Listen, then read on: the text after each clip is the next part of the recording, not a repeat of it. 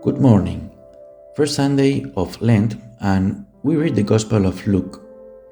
Jesus, full of the Holy Spirit, left the Jordan and was led by the Spirit into the wilderness, where for 40 days he was tempted by the devil. He ate nothing during those days, and at the end of them he was hungry. The devil said to him, "If you are the Son of God, tell this stone to become bread." Jesus answered, "It's written, man shall not live on bread alone." The devil led him up to a high place and showed him in an instant all the kingdoms of the world. And he said to him, "I will give you all their authority and splendor. It has given to me, and I can give it to anyone I want to. If you worship me, it will all be yours." Jesus answered, "It's written, worship the Lord your God and serve him only." The devil led him to Jerusalem and had him stand on the highest point of the temple. "If you are the Son of God," he said, "throw yourself down from here, for it's written, he will command his angels concerning you to guard you carefully. They will lift you up in their hands so that you will not strike your foot against a stone." Jesus answered, "It is said, do not put the Lord your God to the test." When the devil had finished all this tempting, he left him until an opportune time. A great lie, when it has a little bit of truth, is a very powerful and strong lie.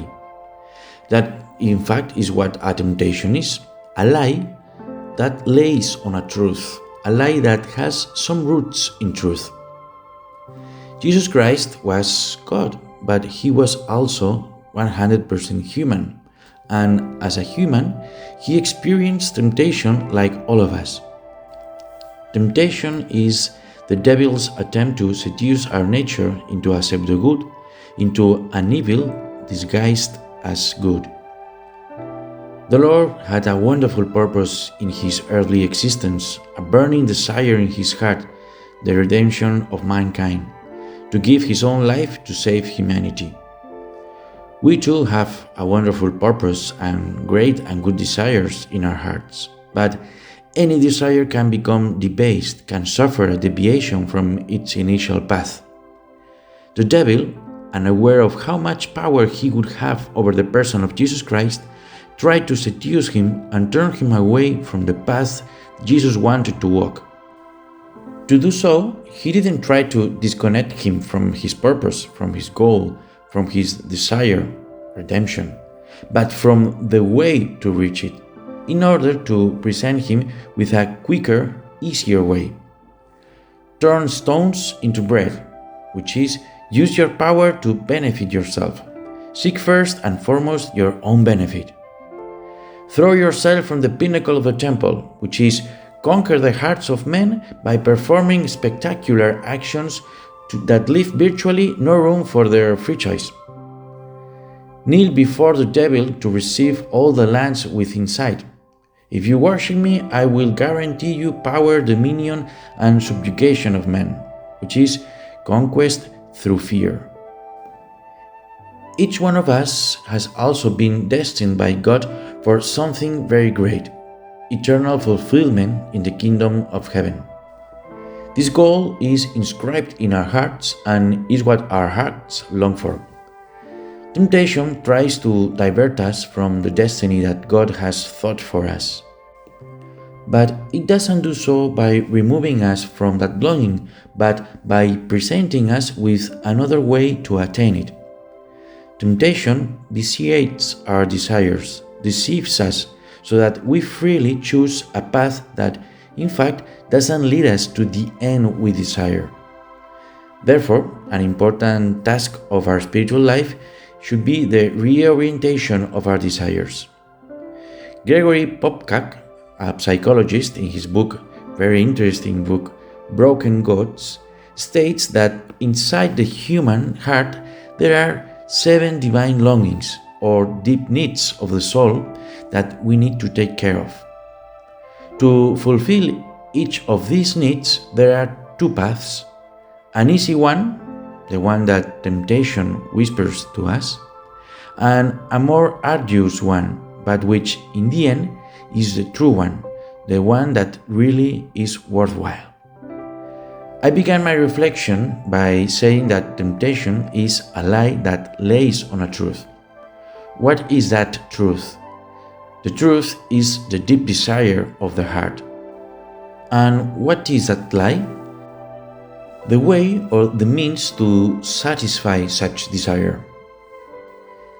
Let's say briefly what these 7 deep desires are.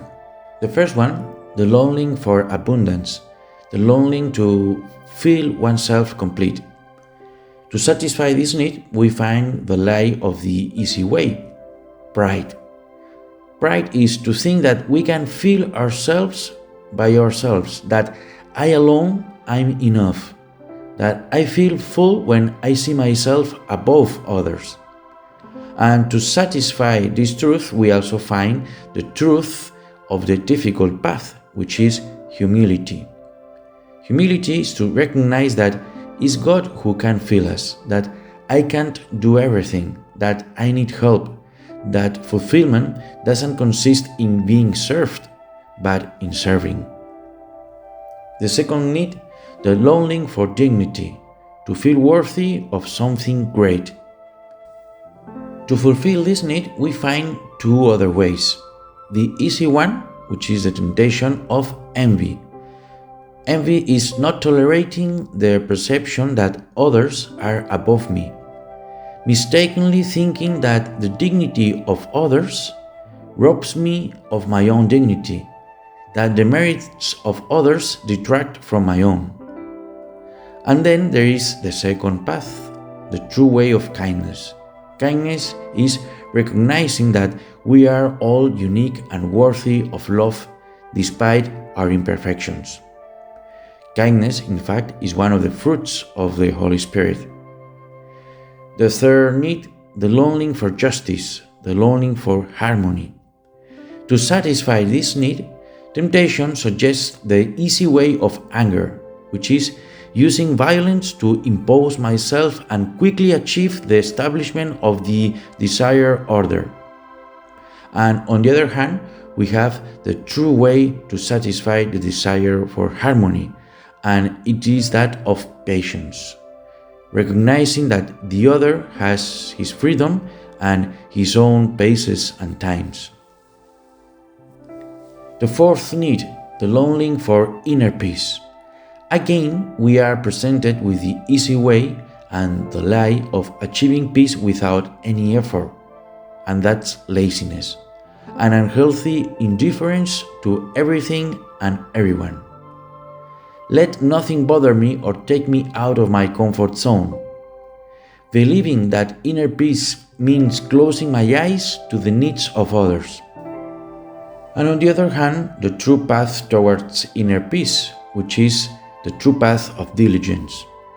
Diligence helps us to materialize this longing by putting into practice the gifts that God has given us, to commit ourselves in favor of others.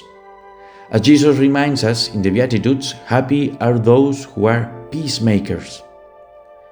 The next longing, the yearning for trust, that certainty that I will possess what I desire. This yearning can be spoiled by the lie of greed, which is basically the fear of trusting, the fear of losing, which leads us to cling too much to other things, to accumulate, to not give ourselves to others. On the other hand, to fulfill the desire for trust, there is the true path of generosity, to realize that in the dynamics of love and divine life, the more I give myself and empty myself, the more I obtain and the more I am filled. The next desire, the yearning for well-being, to feel emotionally well. Although many don't believe it, the yearning for well-being is something God has placed in us. We just have to know how to get it.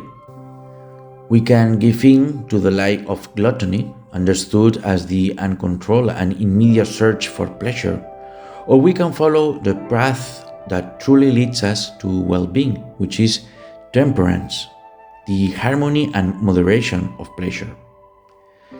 And then the longing for communion with our neighbor, to bond ourselves to others.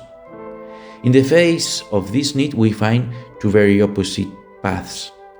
The lie of lust, by which we use people for our own momentary pleasure, and the true path of chastity, where self-giving and love for others prevails over our own. Why does temptation have so much power? Because it's a lie that is rooted in a truth, and that truth is the deep longing of the heart. We cannot avoid living without temptations. They are part of human existence. So let's not be scandalized when we feel them. A good exercise this Lent could be to be more attentive to our inner movements of our soul, to our temptations, and to identify that deep desire to which the temptation responds. I believe that if we are able to read that deep need behind the temptation, it will be easier to unmask the lie of the temptation and thus walk the true path that leads to the fulfillment of each of our desires.